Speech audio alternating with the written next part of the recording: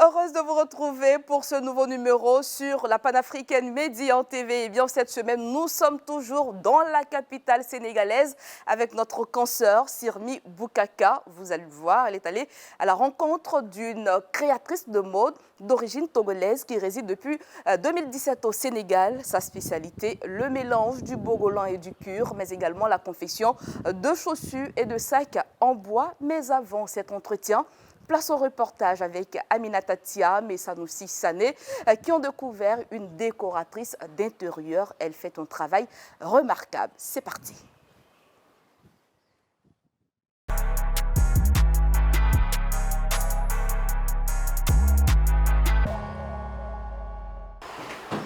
Anne-Michel Gueye-Dioum est créatrice d'objets et meubles d'intérieur depuis plusieurs années au Sénégal. Elle est passionnée d'art contemporain. En 2020, elle décide d'apporter une touche particulière à ses œuvres. Avec son associé, elle crée la marque Ndali. C'est ainsi qu'elle lance sa nouvelle collection des chaussures et sacs dénommée Lebou. Ces produits sont confectionnés par son partenaire. Chez elle, où nous l'avons rencontrée, la Sénégalaise a gardé quelques articles. Elle nous explique comment ce projet a abouti. C'est une idée que j'ai eue depuis fort longtemps, mais je ne trouvais pas quelqu'un qui pouvait me faire, surtout au niveau des talons en bois, pour trouver quelqu'un qui pouvait me le réussir.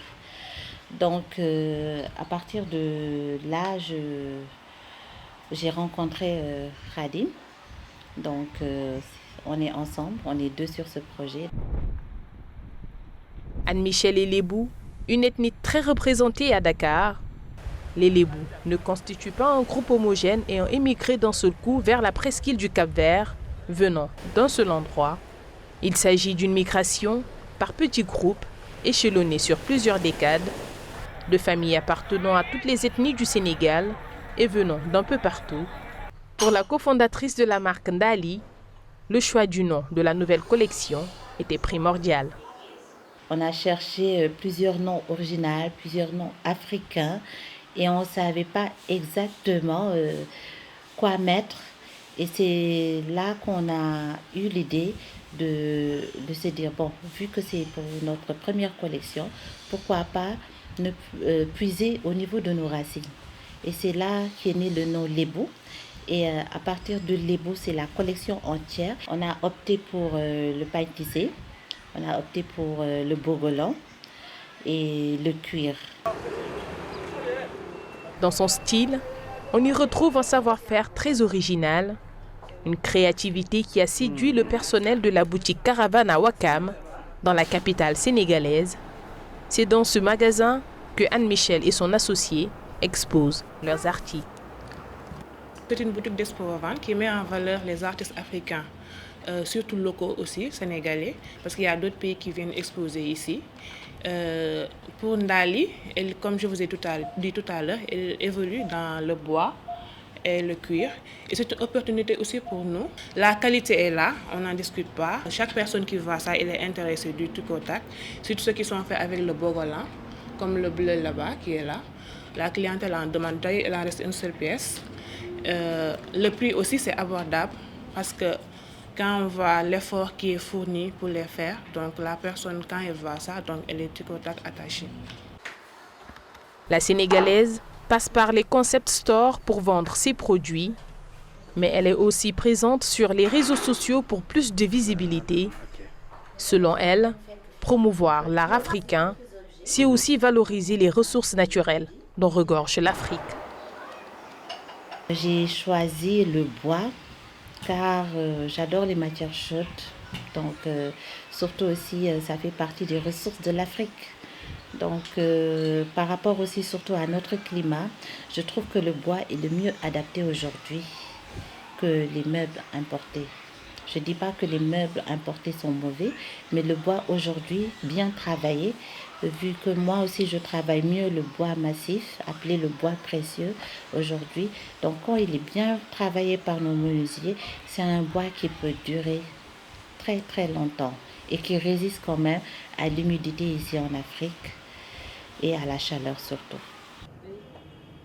Des sacs et chaussures à base du cuir et autres tissus traditionnels faits à la main sont vendus entre 20 000 et 65 000 francs CFA, soit entre 13 et 100 euros. Anne-Michel est satisfaite de sa collection Lébou. Elle compte lancer une autre avec son partenaire d'ici la fin de l'année 2021.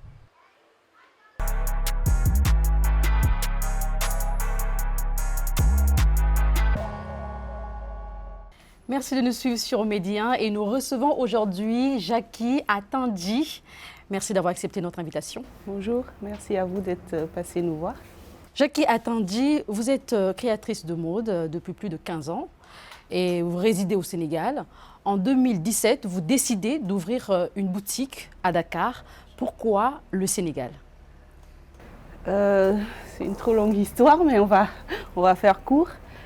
J'étais en séjour à Dakar en 2007 et bon, le dynamisme de la ville m'a plu. J'avais commencé à collaborer avec une galerie pour déposer mes bijoux et ça plaisait. Et je me suis dit, pourquoi pas faire ma boutique et présenter la diversité de mes créations. L'idée de départ était là. Voilà, c'est pour ça que plus tard, parce que j'ai mis quand même du temps à ouvrir la boutique, donc 10 ans plus tard, j'ai fini par ouvrir la boutique à Dakar. C'était pas trop long, vous arrivez ici en 2007 et c'est en 2017 que vous décidez. Qu'est-ce qui vous a motivé justement? En fait, je vis à mi-temps entre Dakar et le Togo et je voyage beaucoup. Donc, entre-temps, je me suis occupée de ma boutique au Togo. J'ai fait des expos à gauche, à droite. Je pars faire des expos régulièrement entre les pays de la sous-région. Donc, j'avais pas beaucoup de temps pour m'occuper vraiment d'être sur place et d'ouvrir la boutique. Et quand j'ai eu un petit peu plus de temps, pas mal de concours de circonstances, je me suis donné l'occasion de faire cette boutique. D'accord, donc vous avez une boutique ici à Dakar, et on va dire au Sénégal, oui, et au Togo. Alors, le nom de votre marque est Ethnic Chic by J, c'est bien cela. Que signifie le nom de votre label au juste? En fait, au départ, je cherchais un nom. Je ne voulais pas mettre le même nom que j'avais au Togo pour ne pas faire concurrence aux boutiques qui m'avaient fait confiance, qui distribuaient mes produits. Donc, je cherchais un nom simple à retenir et pas trop compliqué et qui pouvait aussi parler aux gens dès qu'ils entendaient le nom pour savoir que c'était des créations africaines, faites en Afrique et tout. C'est pour ça que j'ai choisi Ethnic Chic by J, by Jackie. Voilà, tout simplement. Et tout ce que vous vendez ici dans votre boutique, est-ce que tout ce que vous vendez est en rapport avec la tradition? Oui, bien entendu. Tous les produits sont faits en Afrique, entre le Togo, le Sénégal, la Côte d'Ivoire, le Mali. Et j'utilise essentiellement des matériaux qu'on trouve sur le continent. Le wax vient du Togo et d'Abidjan, Lomé et Abidjan. Les perles viennent du Ghana, par exemple. On va y revenir concernant les matières que vous utilisez. Et quand vous parlez de la tradition, est-ce que c'est vraiment la tradition qu'on peut retrouver dans tous les pays africains ou bien vous avez ciblé quelques pays?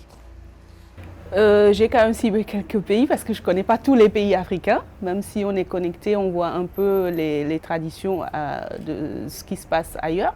Mais c'est vrai que je suis plus sur la côte, plus la tradition sur la côte, le Togo, le Sénégal, la Côte d'Ivoire, le Bénin, le Ghana. D'ailleurs, pas mal de broderies dans certaines créations inspirées du Mali et du Sénégal. Et voilà, le wax inspiré qui vient du Togo. Voilà. L'idée, c'est vraiment à travers nos créations, de voyager dans l'Afrique.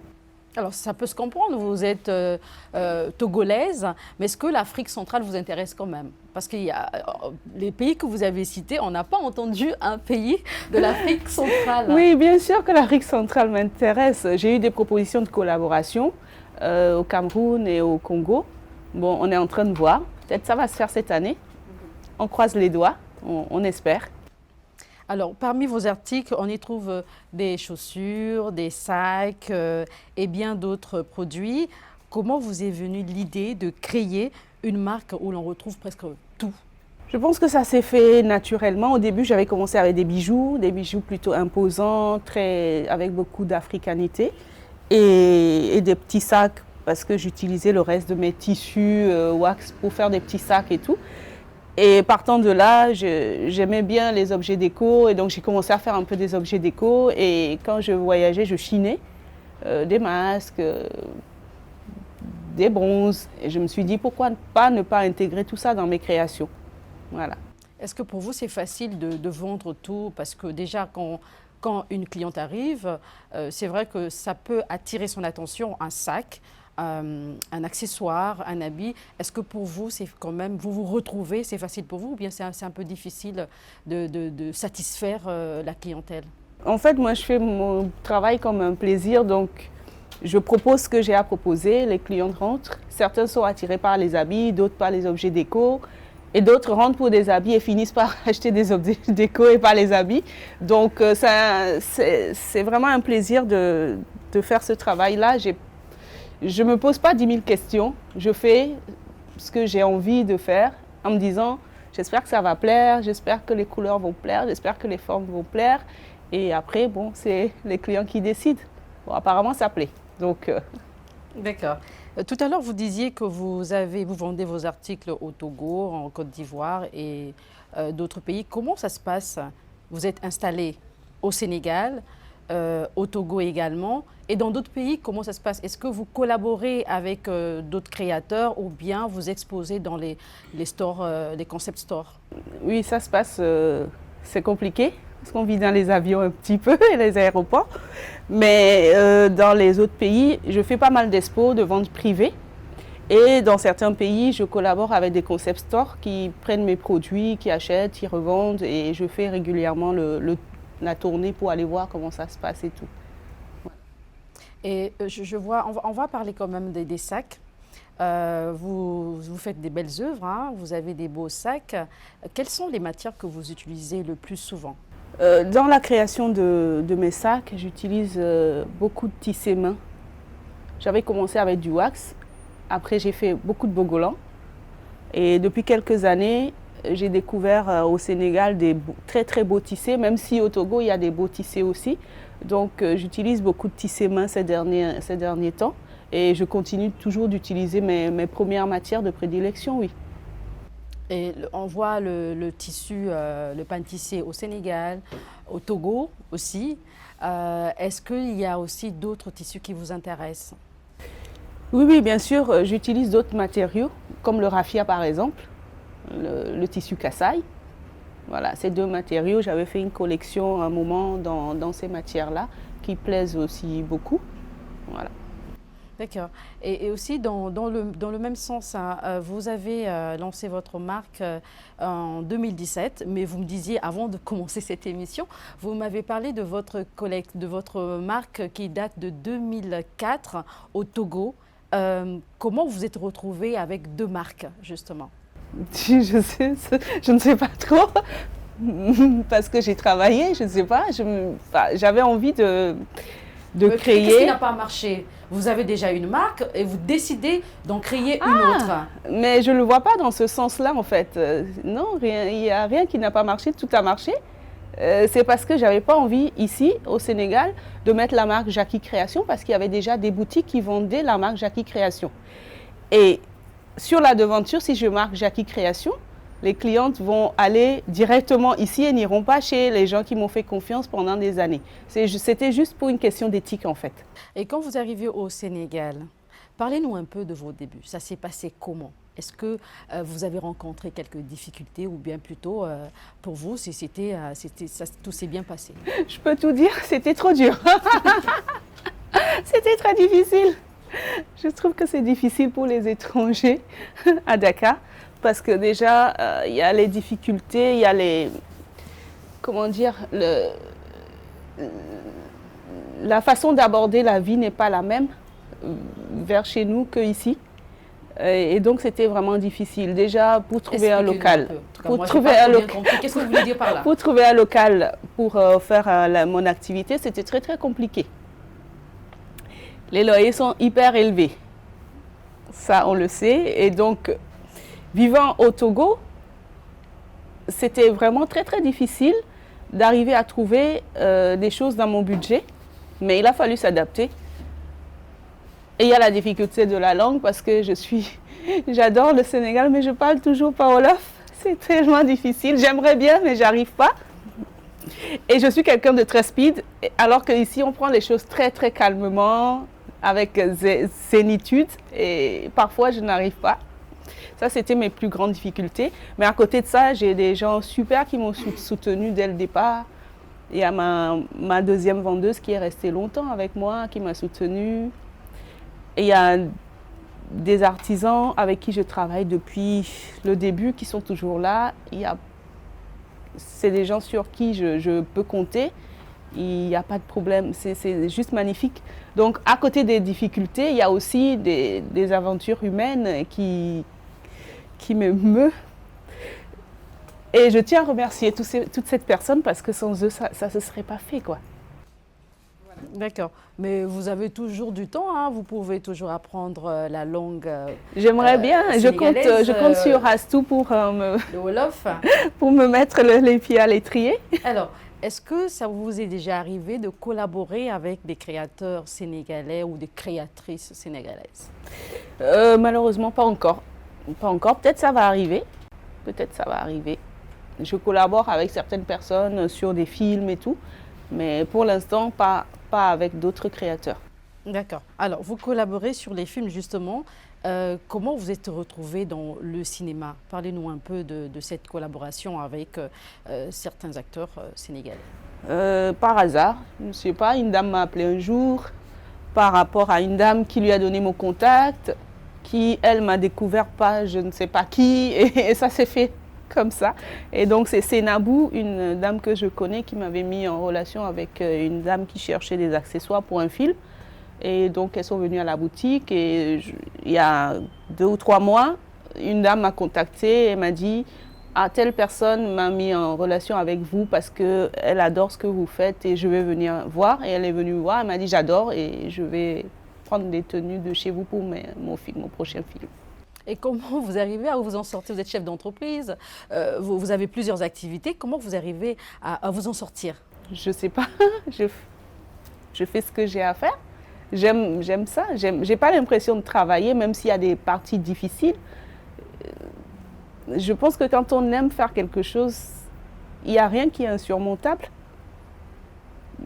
Je pense que c'est comme ça. Enfin, pour moi, c'est pas difficile. Il suffit juste d'être organisé, d'avoir ses priorités, de savoir où on va, de savoir quoi faire en premier. Des fois, c'est difficile, on est un peu perturbé parce qu'on a des choses qui arrivent, pas prévues, imprévues et tout. Et il faut se recentrer et j'arrive assez bien. Et donc, vous vendez des sacs, des vêtements. J'ai bien vu le tissu, le bogolan. On en voit un peu partout au Sénégal et même dans d'autres pays africains.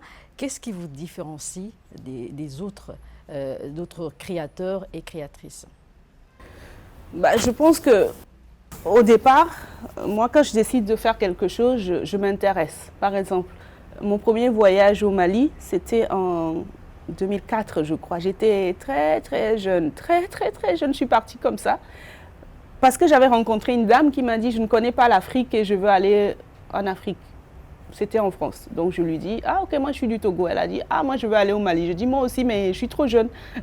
Je ne peux pas partir comme ça par la route ». Et puis, de fil en aiguille, on est parti un jour au Mali. Cette dame est venue au Togo, je l'ai accueillie chez moi. On est parti au Mali. J'ai adoré. L'année d'après, j'ai économisé, j'ai pris mon bus et je suis allée au Mali. Je suis allée 2 semaines au Mali et je suis allée dans les ateliers de Bogolan. Et je travaille toujours avec ces personnes-là. Jusqu'à maintenant. C'est toujours les mêmes.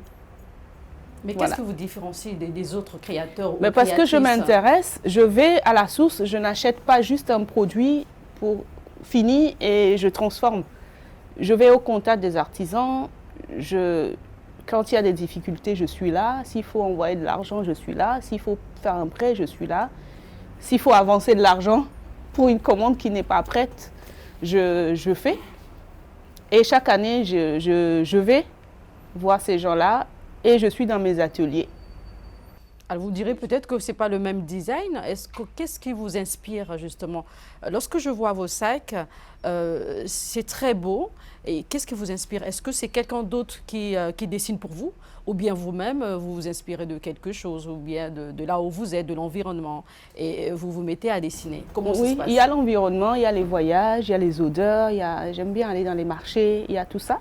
Mais après, il y a aussi des formes.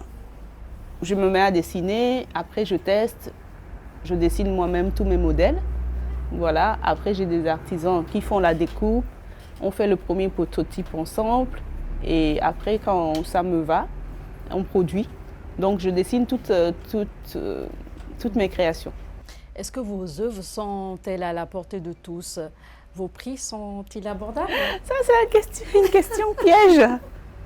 Je ne sais pas, mais je pense que je suis dans une gamme moyenne.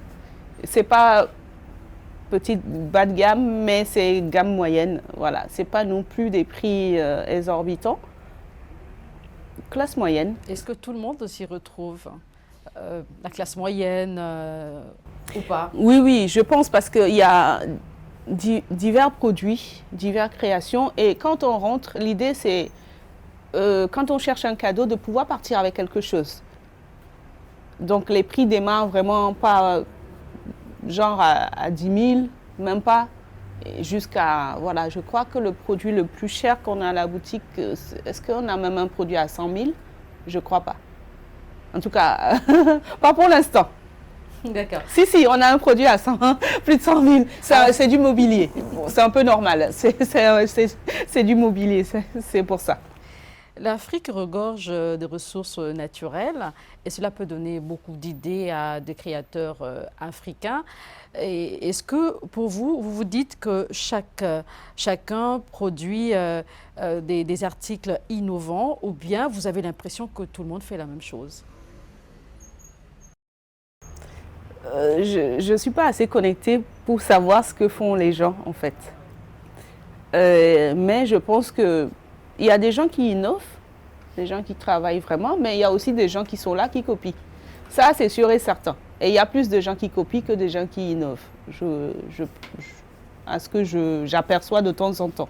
Mais il y a des gens qui travaillent dur, oui. Donc, l'Afrique regorge de talents, des gens qui font des choses magnifiques. Et je pense que ces gens-là, on les célèbre, oui. Et qu'est-ce qu'il faut faire justement si vous vous rendez compte que tout le monde fait peut-être presque la même chose? Quels conseils pourrez-vous donner à ces créateurs? Je pense que dans l'ère où on vit maintenant, où tout le monde est hyper connecté et tout, qu'est-ce qu'il y a à faire travailler plus dur, proposer des produits différents, proposer des matériaux différents, des formes différentes, je pense. Après, peut-être faire protéger ses œuvres, mais ça coûte tellement cher que est-ce qu'on jette l'argent là-dedans? Je ne sais pas. Est-ce que vous pensez que c'est peut-être le moyen ou les moyens financiers qui manquent? Voilà pourquoi certains créateurs peut-être proposent des articles de bas de gamme ou pas. On propose juste des produits qui sont qu'on voit un peu partout à moindre coût. Oui, mais est-ce que ça s'appelle créateur? C'est des gens qui essayent de faire quelque chose. Pour moi, je veux insulter personne, mais voilà. Quand on copie quelqu'un et qu'on met en plus le produit moins cher, ou enfin encore beaucoup moins cher, c'est quoi? C'est quelqu'un a réfléchi et a produit quelque chose. D'accord. Tu copies, mais je sais pas, il faut copier intelligemment. Dernière question, de nos jours, l'Internet est devenu un outil incontournable. Selon vous, comment les designers et les créateurs ou stylistes africains devraient s'y prendre pour plus de visibilité? Mais je pense que oui, effectivement, Internet est devenu incontournable. Et je pense que les pages Instagram, Facebook, tout ça, c'est un très bon créneau pour montrer ce qu'on fait. Et après, il y a les sites Internet. Mais malheureusement, pour l'instant, en Afrique, les gens ne sont pas trop habitués à acheter des créations faites main en ligne. La plupart des gens préfèrent aller en boutique, essayer tout ça. Mais je pense qu'à un moment, ça va prendre. Ça va prendre. Jackie Atondi, merci d'avoir répondu à nos questions.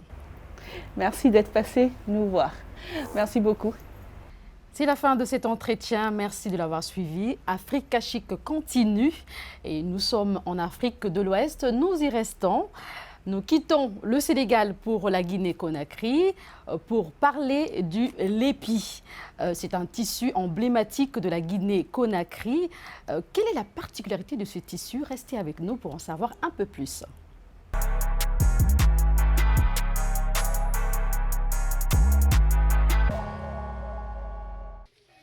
Le lépi est un tissu emblématique de la Guinée-Conakry. De la moyenne Guinée surtout, il est appelé communément pagne indigo. Ce pagne, symbolisant l'ethnie Peul par excellence, est porté lors des mariages, des cérémonies et autres grandes occasions. Selon la tradition, celui qui porte ce pagne est à l'abri des sorciers qui ne peuvent donc lui faire du mal. Le lépi a la particularité d'être confectionné en une seule et unique couleur, l'indigo. Faut-il le mentionner, il est très léger et entièrement composé de matière naturelle, écorce de bois et plantes végétales pour sa teinture. La commercialisation de ce pagne s'est aujourd'hui étendue en Afrique de l'Ouest, dans les pays tels que le Sénégal, la Côte d'Ivoire, le Togo et le Bénin. Mieux, les Guinéens prennent de plus en plus conscience de la valeur de leur textile, en l'occurrence le lépi, qui constitue d'ailleurs le fer de lance. Des événements sont aussi organisés pour en faire la promotion. La nuit du lépi, dont la première édition s'est tenue en 2019, peut être citée à titre d'exemple.